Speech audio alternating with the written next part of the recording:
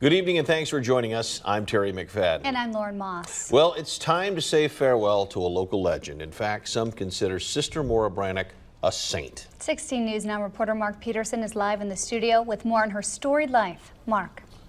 Well, Sister Maura Brannick passed away last Friday at the age of 96, but her dream to provide health care to the working poor and uninsured in South Bend lives on. Sister Maura Brannick felt at home whether meeting the neighbors at the Naptown Riders Motorcycle Club or popping in on the president aboard Air Force One to receive a Points of Light award. She might ask you, can you help? Can you help? And she gave you a sense of confidence that you could help and you knew what you were doing and you owned what you were doing.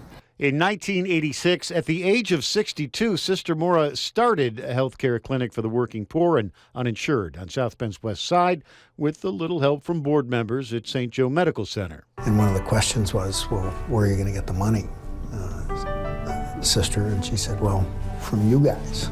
And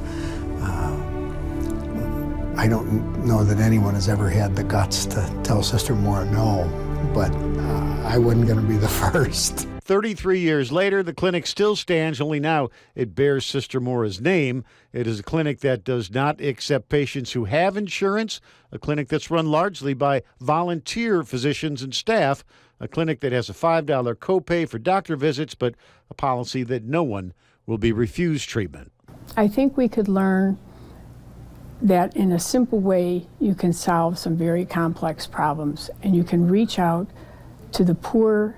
You can find ways to bring more justice to our community and to our lives, and you can find a way to do good.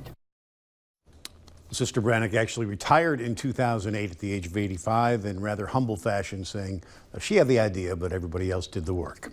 Reporting live in the studio, Mark Peterson, 16 News Now. May she rest in peace. Thank you, Mark. A wake will be held tonight for Sister Brannick, followed by visitation from 6:30 to 8 at the Church of Our Lady of Loretto at St. Mary's College. Meanwhile, a mass will be held there tomorrow morning at 10:30. Burial will follow in Our Lady of Peace Cemetery.